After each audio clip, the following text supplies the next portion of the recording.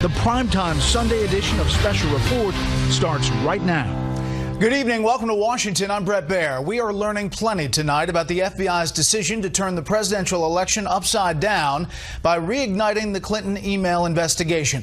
We begin our coverage tonight with Chief Intelligence Correspondent Catherine Herridge and new details about what led to Friday's blockbuster announcement. Good evening, Catherine. Well, thank you, Bret. A government source confirms that the metadata on Anthony Weiner's computer turned up positive hits for state.gov accounts as well as Clinton's emails, adding the numbers are, quote, astonishing. With the Wall Street Journal reporting tonight 650,000 emails are in play, and that's what led the FBI director to reboot the email case.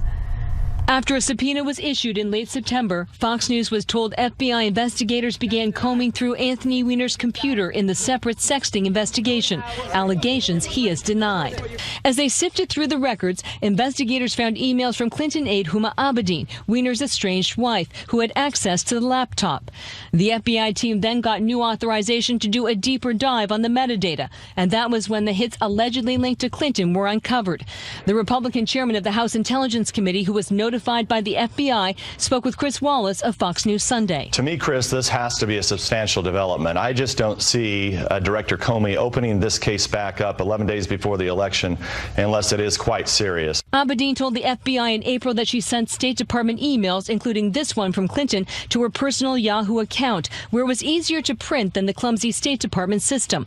In June, Abedin swore under oath in a Freedom of Information Act lawsuit that she never deleted her emails, and she searched through all her devices for government records. But that sworn declaration is now in question. The ranking Democrat on the House Intelligence Committee told ABC News Comey acted outside his lane. I think this was a terrible error in judgment by the director to release this kind of ambiguous letter. These may be pertinent, they may be significant, they may not be significant, they may not be pertinent. That kind of an ambiguity bomb this close to election was a terrible lapse in judgment. In January, Fox News first reported the FBI was investigating the Clinton Foundation and pay-to-play allegations against Secretary Clinton.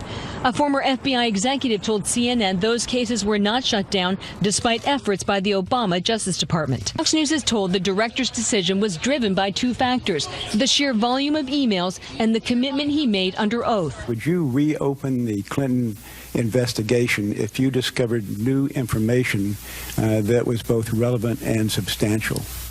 It's hard for me to answer in the abstract. We would certainly look at any new and substantial information. And there is new evidence tonight that FBI Director Comey and his deputy Andrew McCabe knew about the laptop and emails before the notification letter to Congress Friday.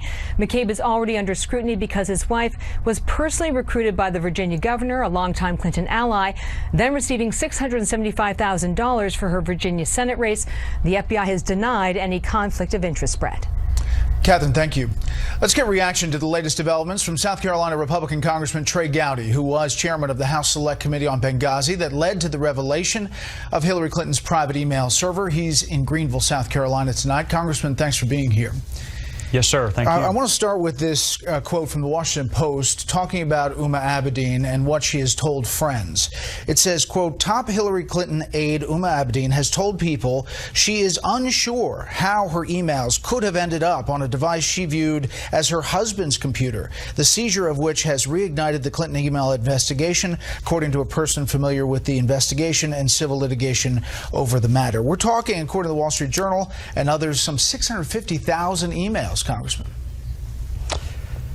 Yeah, I mean, if she doesn't know how they got on the computer, there aren't that many ways it can happen, Uma. You could have used the computer, somebody could have forwarded it to your email account. I don't think that's what the Bureau is investigating, how they got there. I think the Bureau is investigating the nature of the emails. And Uma had a chance to turn over all of her devices when she was supposed to, and she chose not to do so. So here we are.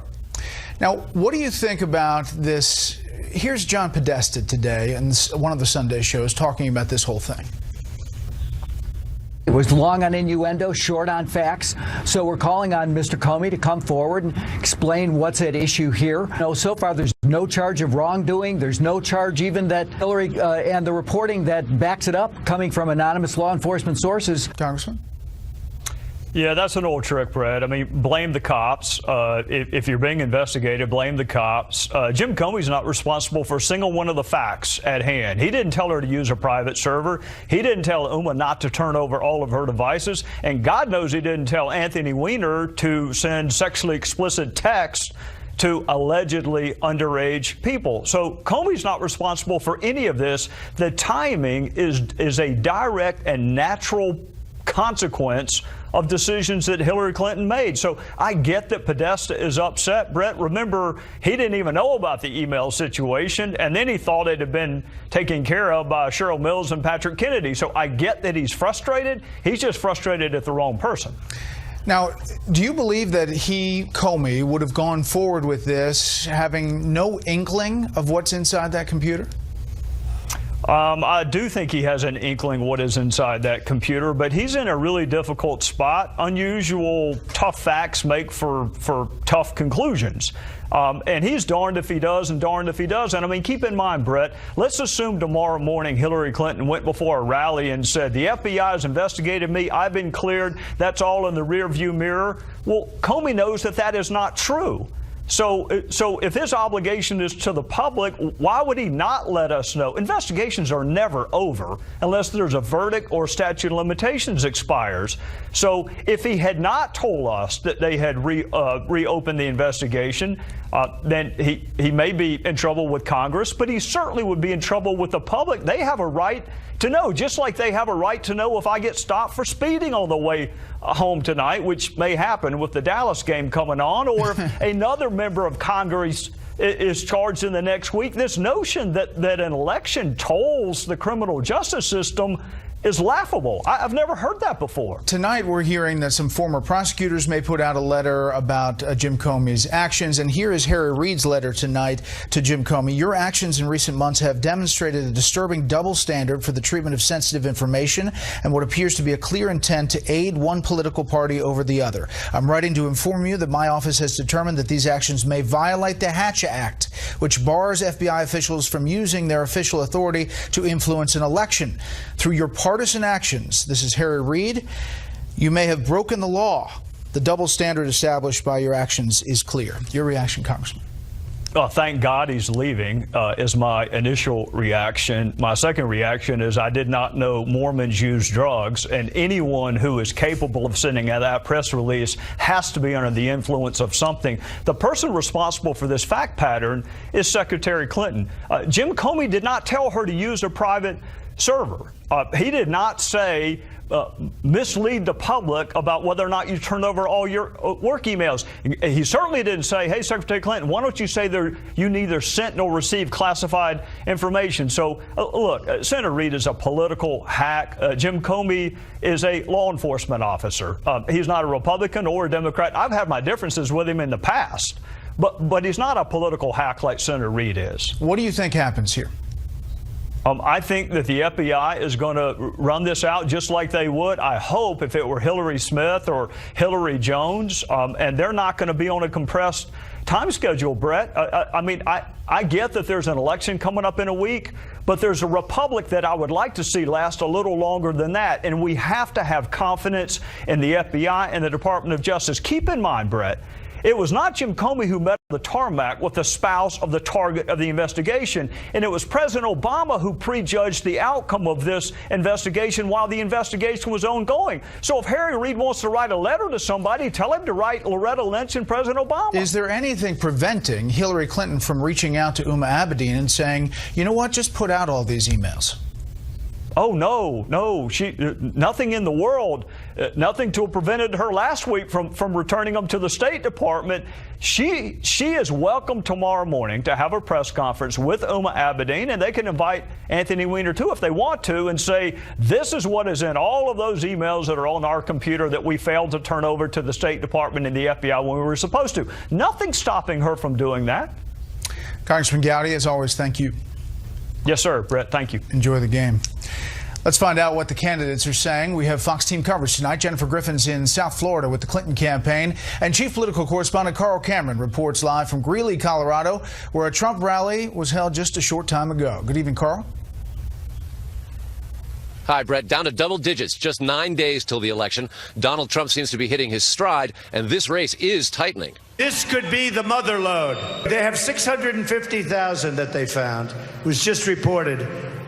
I would think they have some real bad ones, but we're going to find out. No doubt in the next 9 days, Hillary and her special interests will say and do something to detract. Several new polls indicate toss-ups in the battleground states. A New York Times Siena poll in Florida shows Trump ahead 46-42.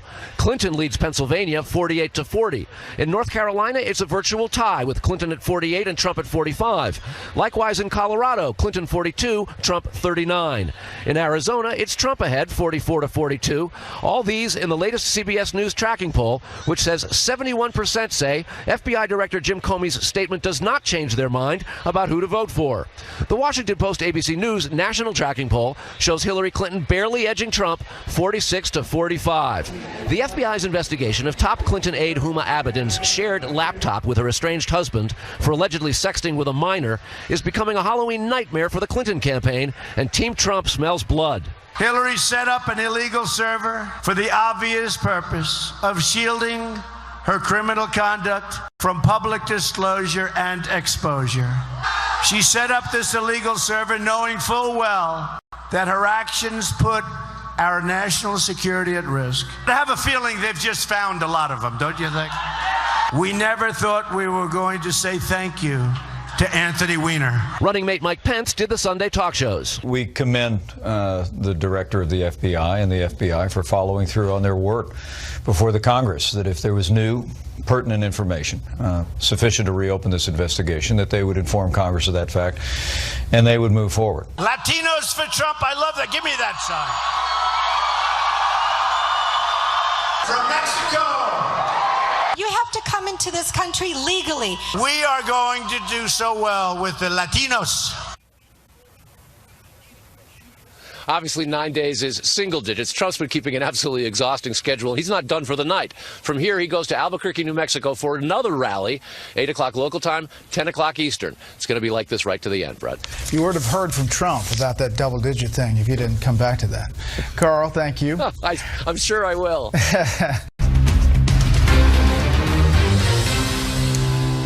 We continue our look at some of the top races in Congress tonight. A very powerful man on the House side is facing a much tougher than usual re-election path. California's Republican Darrell Issa is generally regarded as the richest member of Congress, making a fortune selling car alarms. Well, this fall, he's facing a different kind of alarm. Here's Chief Correspondent Jonathan Hunt. Since Darrell Issa was first elected in 2002, it's generally been plain sailing for re-election in California's largely coastal 49th District, which stretches from the northern end of San Diego County to the southern end of Orange County. Issa won by 16 points in 2012, 20 in 2014.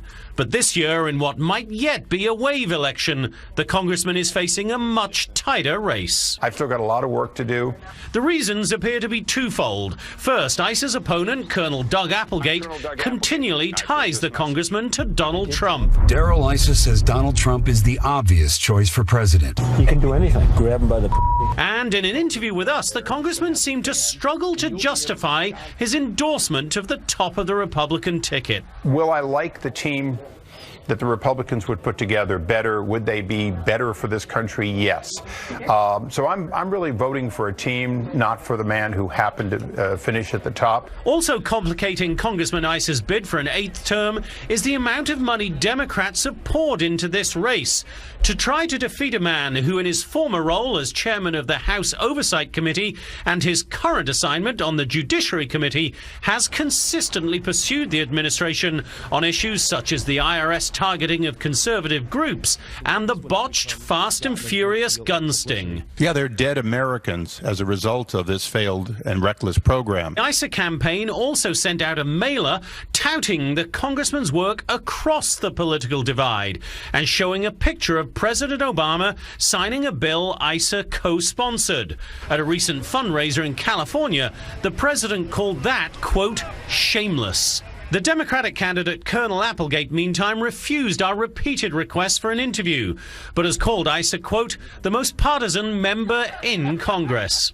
For Democrats, winning this race is, above all, about changing the balance of power in the House. But it would also be difficult to deny that when it comes to the prospect of ousting Congressman Issa, it's not just politics, it's also personal. Bret? Jonathan Hunt in California. Jonathan, thank you. So how have Issa and the Republicans built such a strong majority in the House? A lot of it has to do with knowing the rules and some say manipulating the terms of the game. Correspondent Doug McKelway explains. In the business of firefighting, a firewall is straight and true. In politics, it's anything but. Take a look at the map of Pennsylvania's redrawn 7th Congressional District. One observer noted it bears a resemblance to Goofy kicking Donald Duck. There's a reason it looks that way. It's called gerrymandering. You have to win so you can change the redistricting. In 37 states, the legislatures draw up congressional districts based upon population shifts determined by the once-a-decade census. The party that controls the state legislature controls the shape of a congressional district. So help me God. After having lost the White House and Congress in 2008, Republicans undertook a complex plan to win control of state legislatures around the country in the 2010 midterms so they could shape congressional districts. Christopher Jankowski was one of the architects. And that advantage is going to, in most instances, prevent the U.S. House from flipping. North Carolina's 12th district is a case in point. The Republican-controlled legislature redrew the 12th into this amorphous shape that parallels I-85 and is not much wider than the interstate itself. It effectively consolidated most minorities into one district. It also helped white conservative GOP candidates in adjacent districts to win and to be almost guaranteed of re-election. In Michigan's 7th district, GOP redistricting sealed Democrat Mark Shower's fate as a one-term congressman. They took me out of the picture just like they did with literally dozens of people just like me around the Congress. Shower didn't get mad. He got even. He's now heavily involved with a super PAC helping Democrats retake control of state legislatures before the 2020 census. Shower is not alone. We've got to have more Democratic members of Congress in the House of Representatives. The president is working with former Attorney General Eric Holder to develop the National Democratic Redistricting Committee to do what Republicans did in 2010, to take back the House and the state houses and to preserve what they hope to win. In Washington, Doug McKelway, Fox News. Let's talk more about the balance of power and where we are just a few days before the election. Fox senior Capitol Hill producer Chad Pergram joins us again tonight. Good evening, Chad. You know, we've been talking a lot about the House majority. Obviously, the Senate's going to be a big part of balance of power on election night. But if the House, as predicted, holds on, even in just short numbers, and the Democrats fall short for the third consecutive election, will there be calls for Nancy Pelosi to be out of that leadership position as House Minority Leader now? You know, considering all the hubbub on the Republican side of the aisle about Paul Ryan and some of the things, there's not the same level of contretemps on the Democratic side. The thing here is that Nancy Pelosi faces no revolt in her caucus, and one of the reasons is there's 30 seats that they need to get to the majority here, and they know that they're probably going to be a little bit short. On a really good night, they get to 22 seats. On an average night, which is probably where things come in, they're about 15 to 18 seats, and on a bad night, they only come in at 12 or less. If they come in on the low side, that's where there could be some chatter. Now, keep in mind that in 2012, when Democrats failed to get the House of Representatives back, that's when Heath Shuler, the former conservative, a Democratic congressman from North Carolina, ran against her. Nancy Pelosi, just creamed him. There was no way that he was going to win. There were calls in the late 1990s when Democrats failed to get the House back on several occasions there, and Dick Gephardt from Missouri was the minority leader, I should say, and it never happened. So, Republicans often use Pelosi in ads, and they see her as this figure that they can run against. I mean, does her continued presence somehow hurt Democrats' chances to take over? Yeah, that's something that they do use against her. There's only been a couple of ads used against her, but I bet if she's still in power in 2018, you could see that in the midterms coming up there. This is one of the things here, is that it is a liberal caucus. There are very few conservatives in the House of Representatives on the Democratic side now, like Heath Shuler. And that's something that Democrats remember here, that someone like Dick Gephardt never got them the majority. Are there other potential successors waiting in the wings on the Democratic side? Yeah, well, first of all, you would look at Steny Hoyer. But of course, as I said, there's probably not going to be any movement until 2018. He will be 79 at that point. He's the Democratic whip. Pelosi would be 78. And then you have people who she's already burned through. Rahm Emanuel, who is from Illinois. He's now the mayor of Chicago. Chris Van Hollen, who's running for the Senate right now in Maryland. He's probably going to win in about a week and a half here. And Steve Israel from New York, Long Island. He's retiring. The person who might be the last man standing would be Javier Becerra, the chair of the Democratic caucus. He took a pass on running for the Senate this year. He considers himself to be a man of the House. And so if Nancy Pelosi is still around and then eventually leaves, maybe Steny Hoyer leaves, maybe it is in fact Javier Becerra. Chad, as always, we really appreciate it. Thank you. Up next, our Issues That Matter series continues. Tonight, climate change.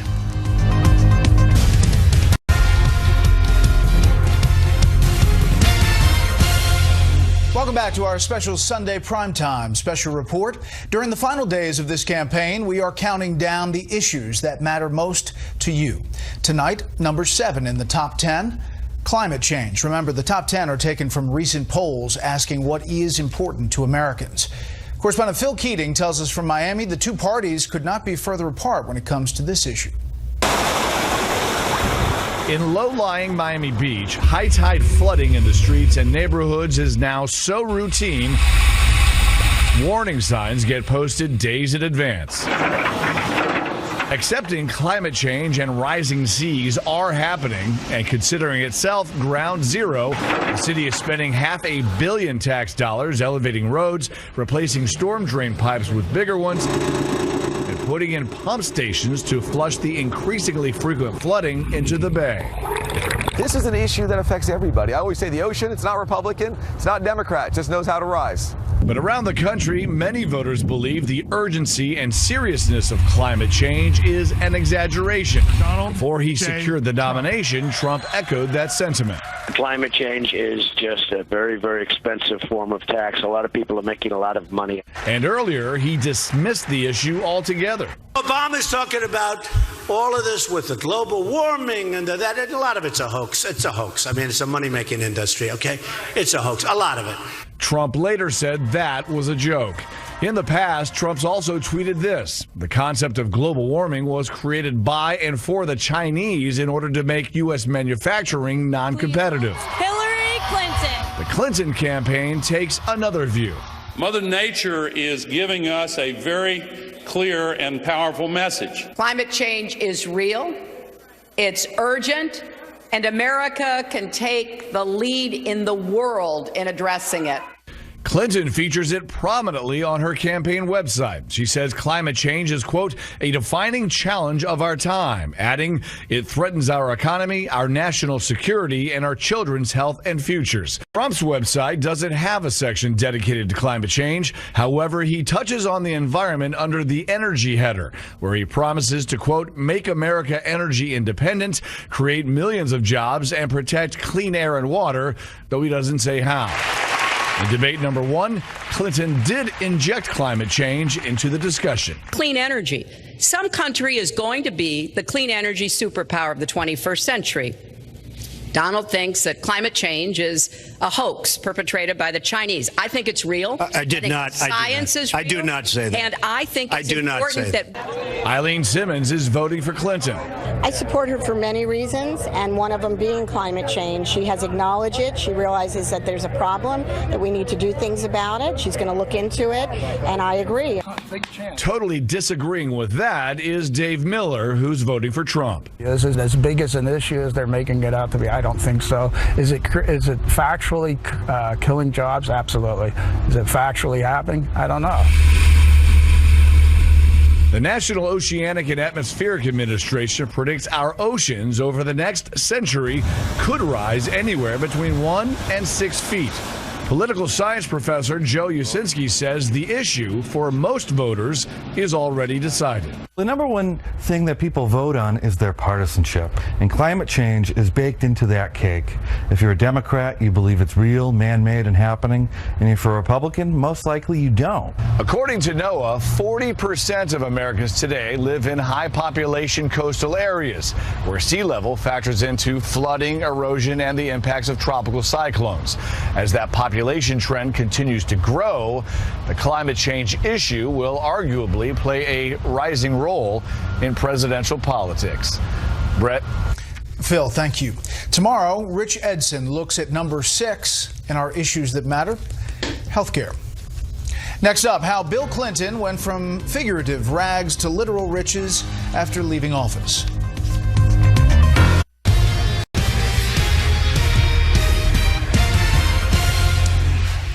Welcome back. There are new questions tonight about Donald Trump's philanthropic endeavors. The Washington Post writes it has been unable to verify many of Trump's claims about giving to charity. The article has prompted officials from both the Trump and Clinton campaigns to defend their own candidates' charitable work.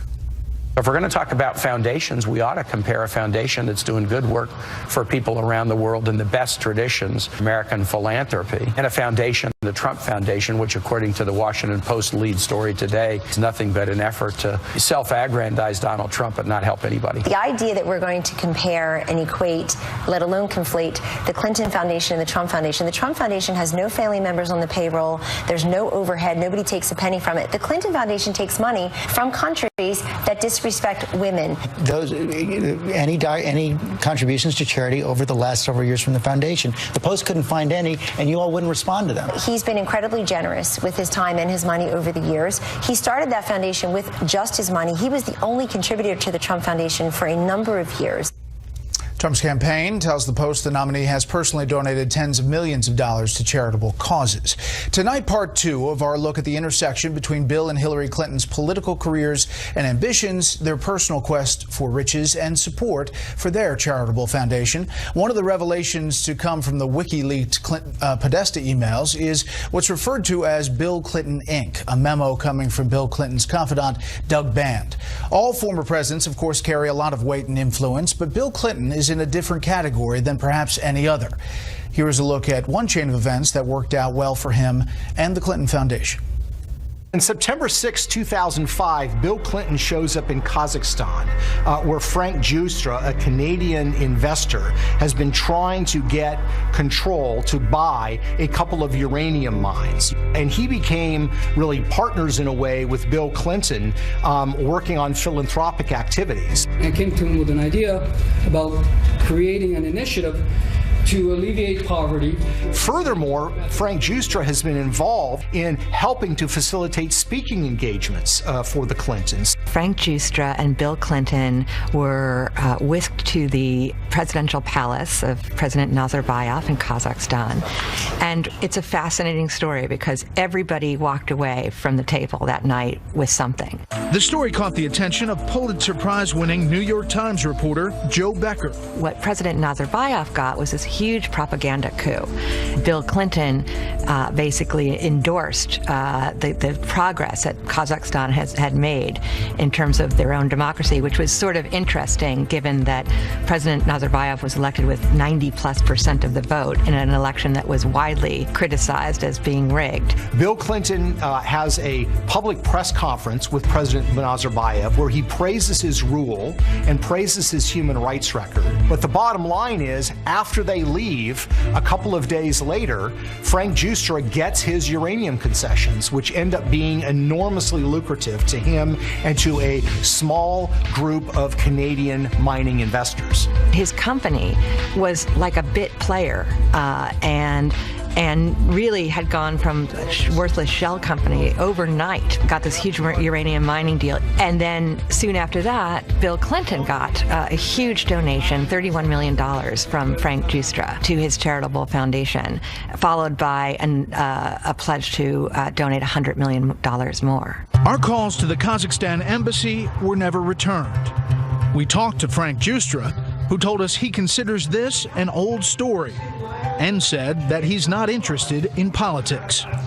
Meanwhile, his defenders insist that no undue influence was exerted in Kazakhstan because the deal did not require the Kazakh government's approval. The problem is there are corporate records that indicate very, very clearly that the Kazakh government did have to sign off and approve. And in fact, that's what we're looking at here. That's exactly. This is what we're looking at here, which is the amended Memorandum of Understanding that's dated September 15th, 2005, between the Ministry of Energy of the Republic of Kazakhstan and Kazatomprom, which is the atomic agency in Kazakh government. So there's no way that they can argue the Kazakh government was not a party to these negotiations. They were signatories to this agreement. Part 3 of our look at this continues tomorrow night on Special Report. Now, this is interesting, the Foundation investigation, because we heard this from a former official at the FBI last night. The FBI has an intensive investigation ongoing into the Clinton Foundation, and Huma Abedin and her role in the foundation and possible allegations concerning the activities of the Secretary of State in the nature of the foundation and possible pay-to-play. And now you have her emails on a computer. The FBI already has a separate case going for Anthony Weiner's alleged activities with a minor girl. Goes on to say that that's coming from several high-ranking FBI officials, that information. Let's bring in our special Sunday night panel. Katie Pavlich, news editor at townhall.com. Zeke Miller, political reporter for Time. Heidi Przyzbala, senior political reporter for USA Today. And Tucker Carlson, host of Fox and Friends Weekend. Okay, just tying this all together, Katie, obviously we're talking about the Clinton classification emails investigation, but there's also, according to Fuentes and others, a Clinton Foundation investigation that never stopped. Well, and I think that brings up big questions about what happens if Hillary Clinton indeed wins on Election Day on November 8th, because not only do you now have this new investigation with the emails that were recently found as the October surprise, but I doubt that the FBI is going to come forward this week and say, this is what we have found about the Clinton Foundation. So if she wins on November 8th, there's another investigation from the FBI about her foundation, and it also brings up questions about whether the Clintons will shut the foundation down. They've been very unclear about whether there were severed ties with the foundation should Hillary Clinton assume office next week. Zeke? You know, a lot of investigations don't go anywhere. Certainly, that's one of the reasons why you often hear the FBI say they don't comment on ongoing investigations. This is one where it's been going on for a very long time, according to all the reporting that's been out there.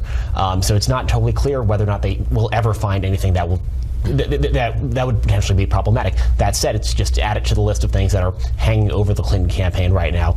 This is yet another instance where the Clintons have sort of opened themselves up to this sort of scrutiny, and that's going to be a political problem for her, even if it's not a legal one. Yeah, Heidi, you hear in Senator Reid's letter tonight that this Russian, they're not investigating the Russian connection, and obviously these WikiLeaks emails do shed some light in foundation connections with the Clintons, and do tell us a few things, including that detailed Doug Band memo from Teneo. We've learned a lot about just how much this Teneo company has served as essentially the connective tissue between Bill Clinton's for-profit activities and the foundation itself.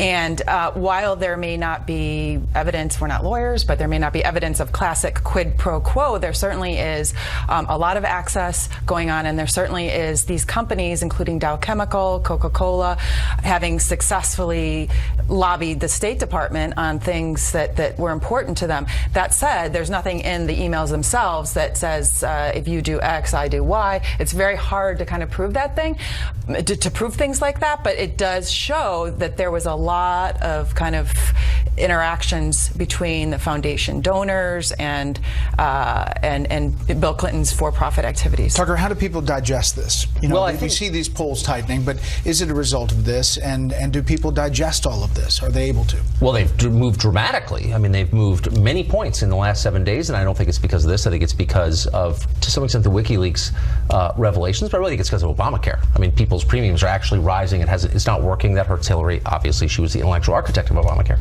But my heart goes out to Democratic primary voters who actually had something of a choice. They had O'Malley and they had Bernie.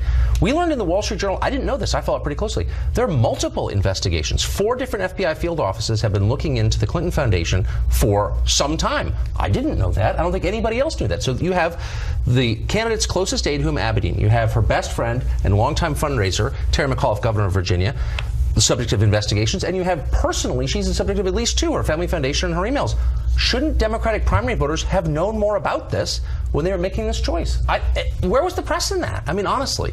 All right, so we are 9 days, and now you have a map of where the candidates are that usually tells us a lot about what they're focusing on. Donald Trump today, Nevada, Colorado, New Mexico, Mike Pence, New Hampshire, Indiana, Hillary Clinton in Florida, solely Florida, 2 events. Tim Kaine in Michigan, which is interesting, defending Michigan. Tomorrow, quickly, Trump is in Michigan, Pence is in Florida for 3 events, Hillary Clinton's in Ohio for 2 events, and Kaine is in North Carolina. What do you gather from that, Kate? Well, the polling in a lot of these states is tightening, as we've seen, but it seems like Donald Trump isn't going to be able, at least in some of the states like Pennsylvania, to be able to close that gap. Now, it is interesting that Tim Kaine is in Michigan, thinking that we have to defend this blue-collar type vote that we thought we were going to get. The labor unions have backed them there, but they have to make sure that they don't blow it at the end just because they've had a lead up to this point. Hillary Clinton has lost 12 points over the past 2 weeks as a result of many different things, and there are still a lot of undecided voters in some of these swing states. However, Donald Trump has a long way to go. I think the Colorado numbers are interesting, considering Donald Trump hasn't led there, but he's catching up. It's now 42-39 in that state.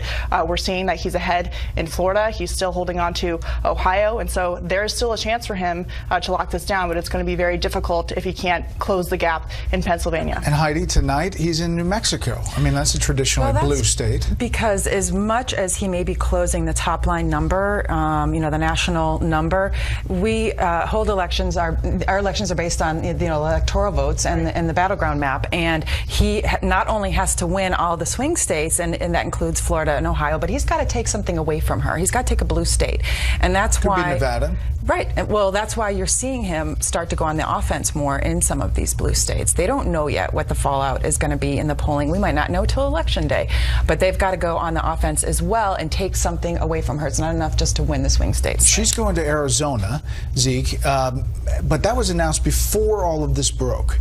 And I'm wondering your sense of where the Clinton campaign is with their head about the fallout from all this. If in their mind they're seeing, obviously, in the numbers tied nationally, their entire strategy over the last several weeks has been about the early vote. That's part of the reason why she was in Florida today, why Tim Kaine was in Michigan. As Katie was saying, this is about not giving up on the state, trying to bank some of those votes early to make sure that the outcome on Election Day, the votes cast on Election Day will be mitigated by all the ones that have been banked already so far in the early vote. Going to Arizona is an easy early vote state for her to pick up some momentum, put Donald Trump on a bit of defense. But also, once that was announced, they couldn't roll that back. It's all about confidence. And if it looked like she was on the defensive, so much of campaigning is about the messaging. If it looked like she had to cancel that trip to go spend some more time in Virginia, at this point of the campaign, candidate time matters a lot less in organization, and she has the luxury of having an organization. Donald Trump doesn't have that. He needs to go to states to get people to register to vote and turn out to vote. Hillary Clinton has people who can do that for her, so she can go to Arizona and make a messaging play, while Donald Trump might need to go to some of these blue states in order to do the heavy lifting himself. I do want to play this because there's all this talk about how dare Comey get involved in something before an election, right? And uproar about that. This is Bill Clinton in 1992, 3 days before the election against George H.W. Bush, when the independent prosecutor Lawrence Walsh had decided to re-indict. Yeah, and I covered that race. I remember that well. Bush was discredited. And Republicans sort of beat their head again. I can't believe they're still mad about it, by the way. A lot of Republicans in town are still mad about Walsh's maneuvering in the last moments, but, it was one of the factors that helped him win. I'll just say quickly about the state of the polls. I think probably 90% of the words politicians utter in October of an election year are lies, so you can discount them. But here's kind of what we know. Trump has never been more popular. His approval rating is higher today than it has been at any time in this campaign. Okay, that's the first thing. By a tenth of a point, but still. His numbers have moved dramatically in the last week, and more to the point, The Clinton people are worried about Pennsylvania. How do you know that? Because they're going there. And as of Friday night, they were sending a bunch of well-heeled volunteers from New York to Pennsylvania to go door to door. That's not the kind of thing you do in a state you're totally confident of. Doesn't mean they're going to lose Pennsylvania. I've always assumed they're going to win it.